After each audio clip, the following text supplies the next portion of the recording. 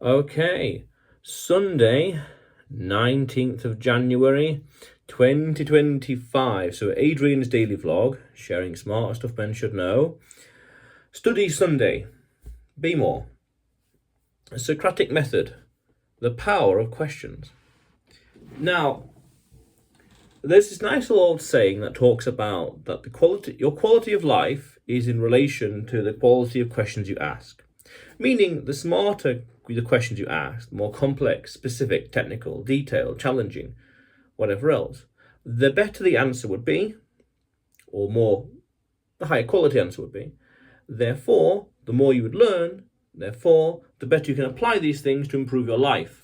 Life, liberty, business, happiness, you name it. Powerful. And one very clever way of doing this is the Socratic method. Asking why, how, when, why not, how come, what, who, where, and beyond.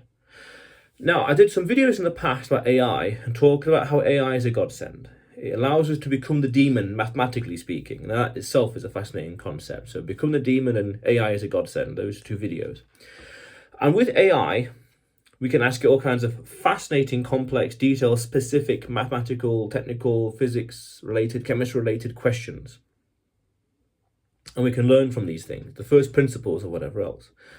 Now, that's fine. That's a practical way of using it. But also understand there is the intersocial way of using Socratic method, getting people on your side, getting them to understand or explain or understand your point of view, or explain their point of view and understand your point of view.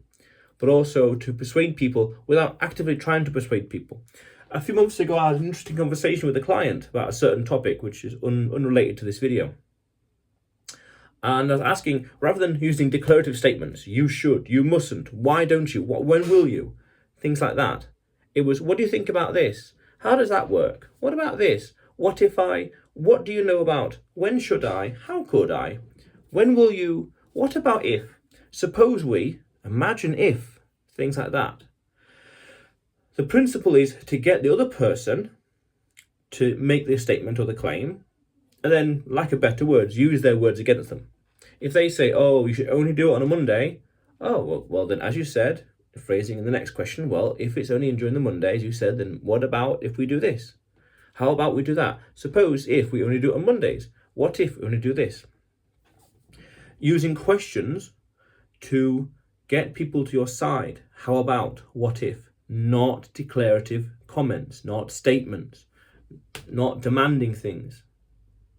Because this way then, the person has that point, as the words come from that person, it originates from within, they're less likely to resist it. Why? Because they said it. If you say something, how can you resist going against yourself? That's a contradiction.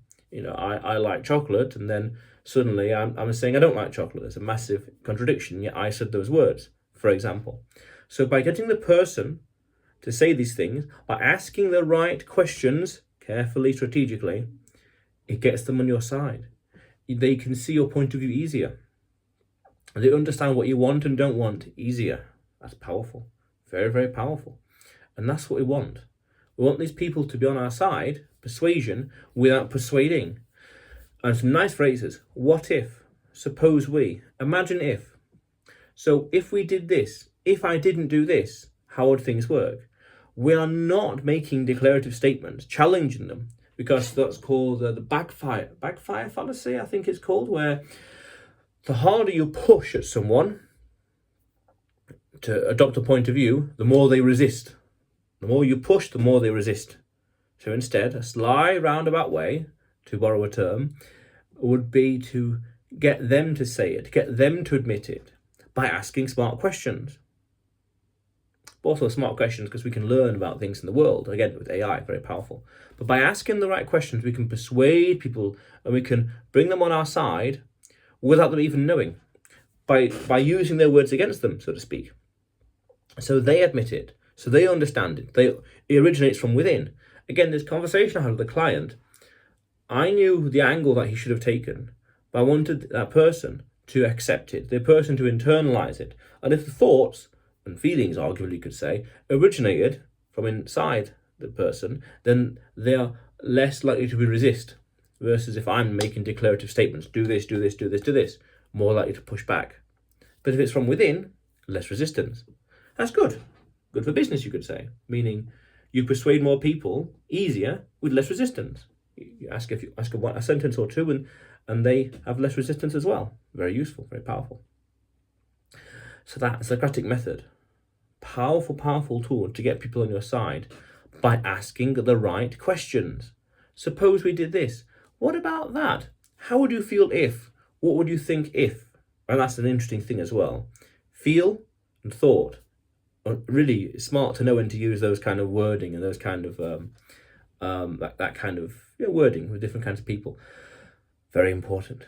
So Socratic method, a very nice tool for persuasion and bringing people on your side and raising awareness, whatever else. Very, very powerful.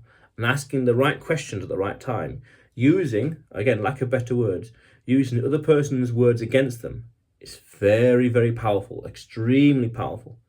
But yes, how cool is that?